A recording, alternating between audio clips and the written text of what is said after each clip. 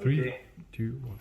Right, good afternoon, fight fans. I'm here, Alvin Aguilar for Urcc, and here with me is Bullet, ang bumangga, give up. Yeah, what's up, guys?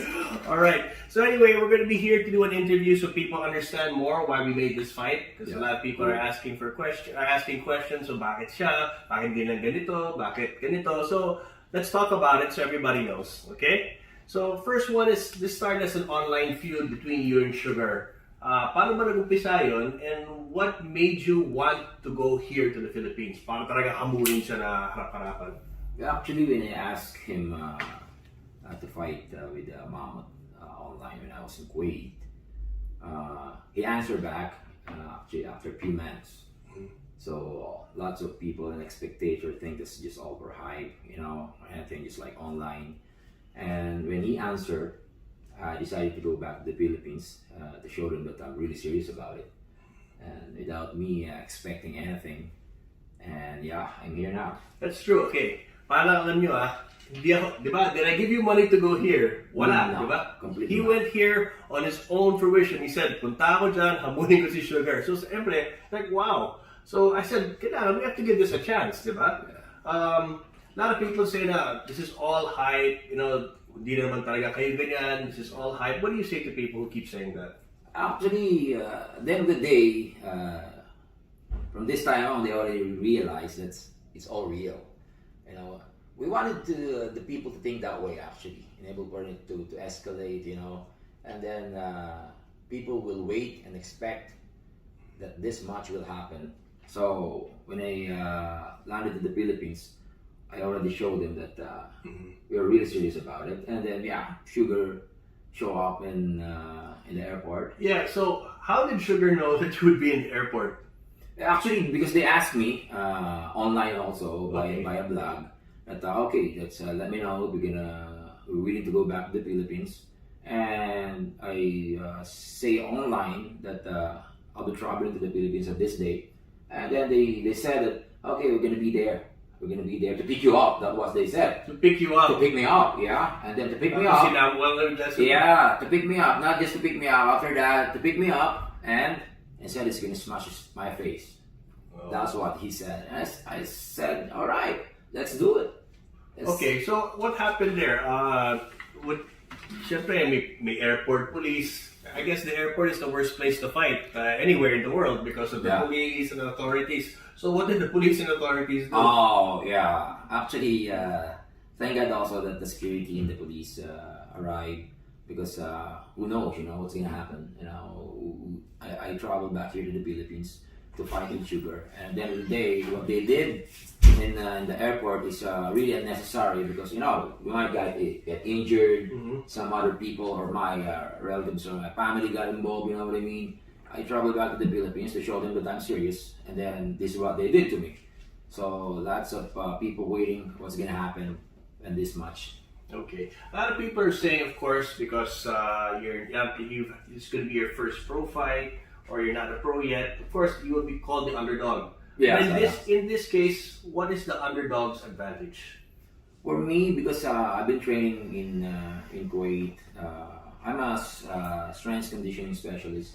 I train athletes, I train fighters as well, and I also train myself. I've seen his videos. Ang hirap ng mga exercise na ginagawa mo. You have to be in very good shape to do that. So obviously you're in good shape that people haven't seen. Yeah, at my age, lots of people thinking that because I'm a muscular, then they think that I'm just a bodybuilder that really easy to get tired in the cage or in the ring, whatever it is.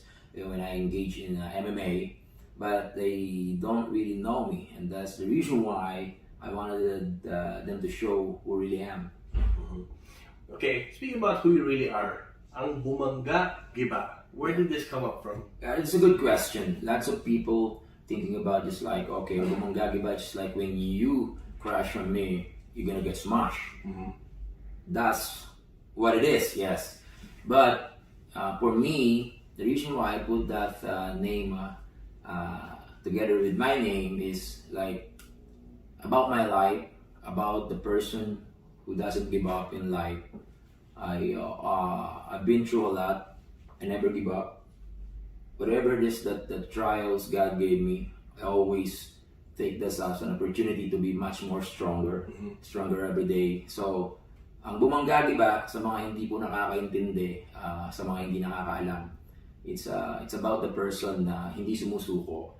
Hindi lang po sinasalamin ng combat sports, MMA or boxing, whatever you want to call it in combat sports, na pag binangga mo ako magigiba ka, or lahat ng babangga sa akin magigiba.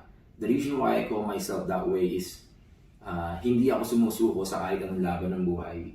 Sinasalamin niya ng buhay ko kung ano yung mga pinagdaanan ko, na lahat ng ibigay sa akin ni God na pagsubok, nilalagpasan ko lahat yan. Open arms. Of course, with the help of my family. So, hindi ako sumusuko. Ganun din sana kayo. Kahit anong pagsubok ang dumating sa buhay nyo, huwag kayong susuko. Bumagsak kayo, tumayo kayo. Kahit ilang beses pa yan. Hindi kayo magigiba. Not unless na you stop fighting. Even with the fighters in combat sports, hindi ka nagiba kung natalo ka lang isang beses, lumabang ka ulit. Natalo ka ulit, lumabang ka ulit. As long as you keep on fighting, hindi ka nagiba, you will never be destroyed. So mentally and physically, maniwala ka lang sa sarili mo, binibigay mo lahat, and then naniniwala kay God at sa mga taong nakapaligid sa'yo, especially sa family mo, hindi ka nagigiba. No matter what happened in this match with me and Sugar, whatever the outcome will be, I will embrace it because I know na binigay ko lahat, and then para to sa mga taong naniniwala sa akin na tumaasa na ibibigay ko lahat, talagang ibibigay ko ang lahat. At the end of the day, whoever wins this match, we're both winners. We're both winners because we showed you what we got, and with courage, with our heart and soul, para lang mapasaya kayo at mapakita sa inyo na hindi lang to puro kayabangan or hamunan. This is a real fight that will happen in the cage. At the end of the day, makikita niyo yan kung paano kaming papatayan ni Sugar inside the cage. It's an excellent philosophy, which is what I espouse to all of my students. That's beautiful, diba? Ganda. Thank you. You only really lose if you stop trying. Yeah. Diba? Basically, so it's very, very nice. So, how do you mentally prepare yourself for a fight against Sugar? Mga ganito. Actually, napakagandang tanong din, Jeep, no? Kasi ako, hindi pa man dumarating yung ganitong laban kay Sugar, mentally and physically, I already prepared myself for worse. You know, kagaya ng sinabi ko sa mga hamon ng buhay, mga pinagdaanan ko, I've been also competing before as a powerlifter. I also compete as a bodybuilder, and I'm, of course, jiu-jitsu practitioner. I love jiu-jitsu. That's the reason why I have tattooed jiu-jitsu in my fingertips, you know. Lumalaban ako para sa pamilya at para sa sarili ko. At yung gusto kong ma-share at maipakita sa mga tao na it's not about your age. No, I'm already 43 years old, and sinasabi nila na it's too late for me. And now I'm here. Lagi nyo aalagaan ang inyong kalusugan. Lagi nyo aalagaan ang inyong katawan dahil may laban o wala. Lagi ko sinasabi, yung kalusugan natin, yung katawan natin, yan ang ating sandigan sa mga hamon ng buhay. So, you have to stay fit as much as you can, not just for yourself, of course. Ginagawa ko to para sa pamilya ko dahil gusto ko pang makita yung magiging future nila ng mga anak ko, ng mga magiging apo ko. So, if you are fit enough and then you keep on doing it, you will never stop. So, mas makikita mo pa yung magandang future para sa kanila. Very nice. Now, napansin ko that ever since na, nakita nila na may laban si Bullet at saka si Sugar, everywhere I go, sir, kailan ba laban ni Sugar? Kailan ba laban ni Bullet? Excited na excited. And apparently, ang dami mong fans. As in, ang dami mong fans. So many people support you. They really, really want you to win. So, what do you tell your supporters? Nagulat ako, hindi ko alam kasi, meaning ko, I'm not really that much into YouTube, di ba? But then nakita ko, grabe yung response sa'yo. Kasi grabe, I like, everywhere I go, every time I go out, there's always one person, si Bullet, sir, kailan nalaman? Kasi ganon. So, what can you tell your supporters? Yan yung nagbigay sa akin ng isang bagay na para ipagpatuloy kung ano yung ginagawa ko ngayon. Kasi nakikita nila na yes, na ikaw may mayabang. And like I've always said, na kung meron natututunan sa iyo yung mga tao, it doesn't matter kung ako pa yung pinakamayabang na tao sa buong mundo. Kasi dalawang klase yan eh. Magyayabang ka na hindi mo kayang patunayan. Magyayabang ka na meron silang matututunan. Napaka-importante nun sa mga supporters ko, especially sa lahat ng pinakamamahal kong ka-OFW around the world. I love and appreciate you all. Sila yung nagbigay sa akin talaga ng lakas at pagpupursige na kailangan matuloy itong laban na to. People don't know. There's one thing about Bullet ako lang magsasabi, I'm sure you're not gonna say it, so I'll be the one to say it, that Bullet extends assistance to a lot of OFWs around the world. So, ako na nagsabi pa sa'yo. I know you didn't want to say that, but, di ba? Yeah, thank you, sir. So, he's a kind soul, kahit people say shit about him, ganyan, at least may ginagawa siya. So, maybe you can talk a little bit about it. I know you're uncomfortable with talking about it, but it's something that people should know about you. Yeah, yung mga bagay na share namin sa mga kababayan natin, especially in Kuwait. Shoutout nga pala, it's not just me, of course, Mr. 62, Herald Ponteras, kapatid ko yan. Kaming dalawa yung nagsimula, and then when pandemic came, kami maayos ang hanap buhay namin sa Kuwait. And then we felt it Talagang it hits you so freaking bad na talagang ramdam mo yung hirap. And then lumagay sa isip namin, especially on my side, na naisip ko na kung ako nahihirapan maayos ang hanap buhay ko, what for pa kaya yung mga mas mababa yung kinikita or yung mas walang sapat na kinikita. So mas nahihirapan sila. So what happened, even me, I asked, walang masama nung humingi tayo ng tulong. If we really need help, we have to ask for it, So ako, meron akong mga client, I'm a coach in Kuwait. So some of my clients, I ask them for the supports like rice, bigas, dilata. Kasi that time talagang wala. Sarado kasi mga gym, lahat kami completely talagang shutdown. And then ang pinakamasaklap doon, and we have a lockdown and curfew. You cannot go out from 5 a.m. to 5 to 5, something like that. So nagbigay sila sa akin, and then sobrang thankful ako kasi yung binigay sa akin is I think I can survive for the next month. Binigyan nila ako ng I think 2-3 sa aking bigas. Then mga milk, marami kasi doon mga milk, tapos mga dilata. And sabi sa sarili ko, teka muna, masyadong marami to kung ang pandemic is, I don't think ang pandemic tatagal that long. So I think a month is enough. So I separate myself. Hinati-hati ko yan, and then binigyan ko yung mga kaibigan ko na alam kong nahihirapan din. Then i-realize na, wait, nagbigay sa akin yung mga kliyente ko, na-share ko sa mga kaibigan ko, bakit hindi ko subukang i-share sa iba? And then I posted in social media together with Mr. 62 actually. We posted it, and then boom, yun na. Lots of people wanted to help, and then we received it and we delivered. Actually kami yung nagpipick up, kami yung nagre-repack. And the entire day for the next 6 weeks, ginagawa namin yan. I was 86 that time. After 6 weeks, I ended up 72. Dahil buong araw, buong gabi, ginagawa namin yun, makapagdala ng relief goods sa mga kababayan natin sa Kuwait. And then that's where I begin, I think, to be recognized. And hindi lang naman yung namin, syempre, yung point namin. Some people criticizing us na ginagawa niya for paying para makilala kayo, magpasikat. And ako yung klase ng tao, hindi ko pinapansin yung mga bagay na yan. Kasi as long as I know na nakakatulong ako. Gaya yung sinabi ko, for example, let's say, the quick example, si Chief, nakita niya yung ginagawa ko at gusto niyang gawin kasi nakilala ako at sumikat ako. Gusto niyang gayahin dahil hindi niya gusto tumulong. Ang gusto niya lang is makilala at sumikat. But he needs to help. Kailangan niya mag-provide. And yung sinasabi ko, kung kailangan may lumabas pa na 100 katulad ni Chief na nagyayabang para tumulong, and so be it, lumabas na silang lahat. Kasi at the end of the day, the bottom line is, tumutulong siya at may nakikinabang doon sa gusto niyang pagyayabang. That's the bottom line for me. Yeah. True. So, anyway, thank you very much for sharing this with us, Bullet. Sa MMA... Sorry, Chief, before going cut. I would like to take this opportunity to syempre sa lahat ng pinakamamahal kong OFW, especially in Kuwait, sa lahat ng mga kasambahay. Ito po, this is a fact, lahat ng kasambahay, sila pa po ang pinakamaraming naitulong sa mga kababayan natin dahil karamihan sa mga nagbigay sa amin ng relief goods galing sa sweldo nila, galing sa mga amo nila, and then sila yung sobrang daming natulungan tao, hindi lang kami.